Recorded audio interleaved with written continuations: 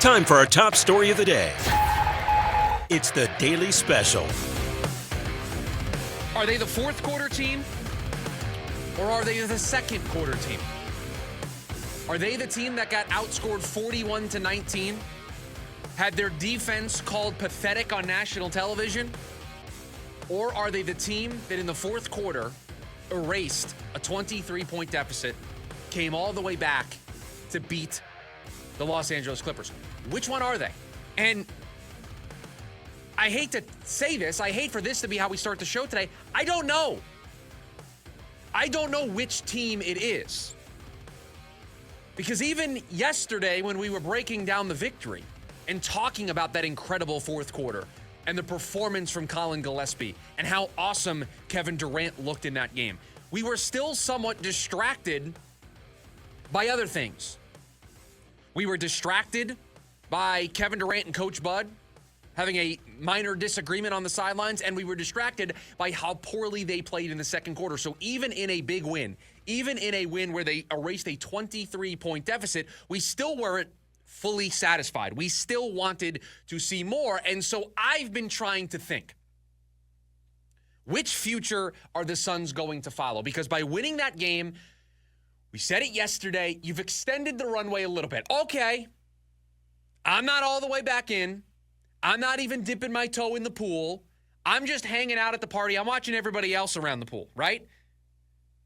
You know, sometimes you have a summer party and you go over to somebody's house and they've got the pool ready to go, but nobody's in the pool yet, and you really don't want to be the first person that changes into the bathing suit and goes into the pool, but you know at some point everybody's going to end up in the pool, right?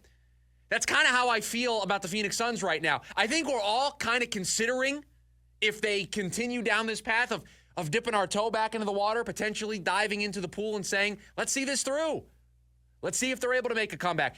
I'm not ready to cannonball in yet. I'm not ready to dip my toe in, but I think everybody's kind of looking at each other of like, are you thinking it? Are you going to go swimming? Am I going swimming? What are we doing here? By winning that game the other night, at least for a brief moment, the pool party's going to continue. I don't know if anybody's diving into the pool. I don't know if anybody's sticking their feet in and having a nice drink around the pool. I don't know. But the pool party's still ongoing, and we'll see how the rest of the party plays out.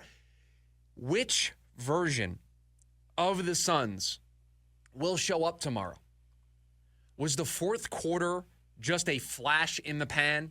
Was it just a brief moment of them looking like the team that we all think they could be with the talent that they have? Yeah, I'm not surprised that a team that had Kevin Durant and Devin Booker on the floor for the entire fourth quarter would be able to erase a 23-point deficit. You kind of expect that to happen every once in a while when those two guys are on the floor together.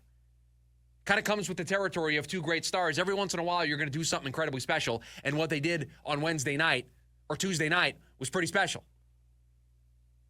But I've got way too much on the other end of the coin. I have too many examples of them looking like the team in the second quarter. My list of times where they looked like that team in the fourth quarter, that list is very small today. The list of times where they looked like the team in the second quarter that got run out of the building, how many examples of that do we have this season? How many examples of them being flat to start second halves do we have this season? How many no-shows against teams that they should be in full control of do we have on the schedule? That list is a lot longer than the list of fourth quarters that they had on like the one they had on Tuesday. Not playing well against Charlotte. Not playing well 2 times in Portland. Keeping things close with Washington and Brooklyn. Losing to Brooklyn earlier in this season. Detroit, playing close with them. Going nearly a month, over a month, between victories against teams with winning records. I've got a huge list of games that felt more like the second quarter and the way that Tuesday night's game was starting to look like than I do of them looking like they did in the fourth quarter, making that comeback. I am not trying to take away what they did on Tuesday. It was special. It might spark at least a little rally, a little run. And again, this is why you have to play all of the games on the schedule because you don't know what's going to happen. The 10 seed feels like it is wide open now with the Kyrie Irving injury. The door is wide open. I don't think Dallas is going to be able to play well enough to run away and hide with the 10 seed. But I've said this all week long. I'm just not sure if I trust any of the teams involved, any of the parties involved, to put maximum pressure on Dallas. I think Dallas might still stumble into it. Watched a little bit of Portland last night against Boston. The Suns, we have a very intimate knowledge of what they've been this season. San Antonio doesn't have Wemby. There's nobody that I fully believe in. But the Kyrie Irving injury opens the door. And just like we've asked the question numerous times this season, will the Suns take advantage of a soft schedule? Will they take advantage of the door being opened for the 10 seed? There have been moments this season where we have asked, will this team take advantage of blank?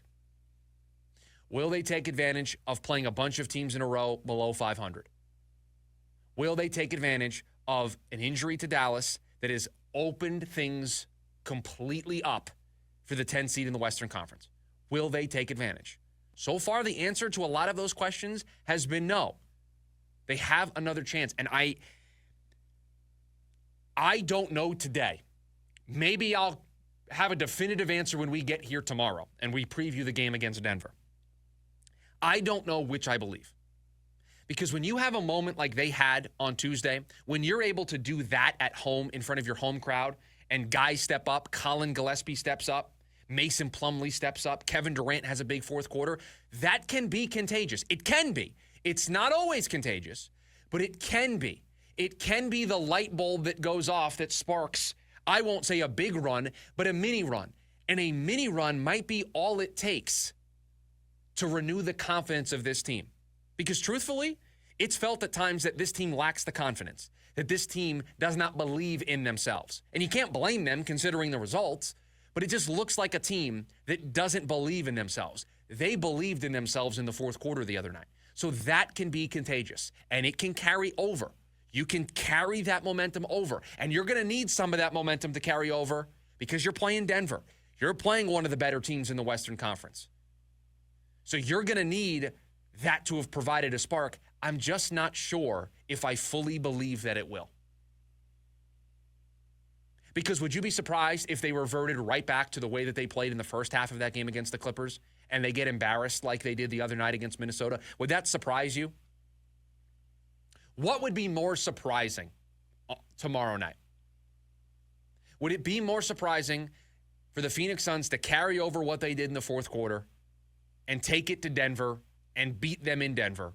Or would it be more surprising that they reverted back to what they have been all season and they struggle and the embarrassment world tour that we were all kind of afraid of starting with 20 games to go continues on Friday night?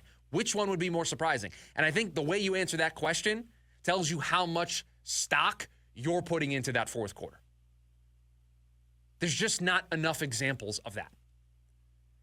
As you build up more examples and as you build up more recent examples, if you carry this over and you beat Denver on Friday, okay, now I've got a 23-point comeback against the Clippers. I've got a road victory against Denver, all recently, all when we left you guys buried. We said it was over, done. Weeks now, we have been talking about how this season is over, and you respond with this. The recency bias will kick in, and maybe somebody will dip their toe in the pool and say, whoa, hold on a second. Maybe this season isn't over. Maybe it's not time to play all the young kids and reduce Kevin Durant's minutes. Although we're going to talk about that here today because there might be a small lesson that needs to be learned pretty quickly for the Phoenix Suns. They have a delicate dance, a delicate balance that they're going to have to play out here over the next, I want to say, 5 games or so. And we'll talk about that a little bit later on here in hour number 1 of the program. Somebody might start to dip their toe in the pool. I feel like we were one of the first to be all the way out. I was all the way out like in December with this basketball team. I feel like we've got a pretty good track record here with predictions like that. So I don't know if I'll be the first to dip my toe back in, but we were the first to kind of raise the alarm bells of, wait a second here, this team, not good enough. Which version shows up tomorrow night? The second quarter Phoenix Suns that got outscored 41-19, or the team that erased a 23-point deficit in the fourth quarter. If you believe that the fourth quarter version is going to show up, then the 10 seed is wide open. Let's go. Let's play these final 20-something games. If you think it's the second quarter, because you've been watching this team all season, and you've got way more examples of them playing like that, it's a reason why they're in this mess in the first place, then Tuesday was a nice little footnote in what is ultimately going to be a bad ending for this Phoenix Suns story. That's what I've been thinking about for the last 24 hours or so. Everybody wants to talk about how great they were in that fourth quarter, and rightfully so. We can't ignore the second quarter. We can't ignore what got them to that 23-point deficit.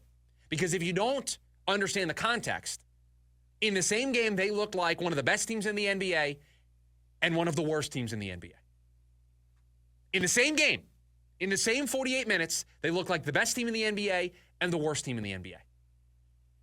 That was the reality on Tuesday night. And if the team that overwhelmingly played like one of the worst teams in the NBA shows up on Friday, like we've seen them show up in the past, then Tuesday, again, just a nice footnote for us to all kind of have a little bit of a reprieve from what has been a bad season. We had a cool little moment. But it will be a footnote in this story.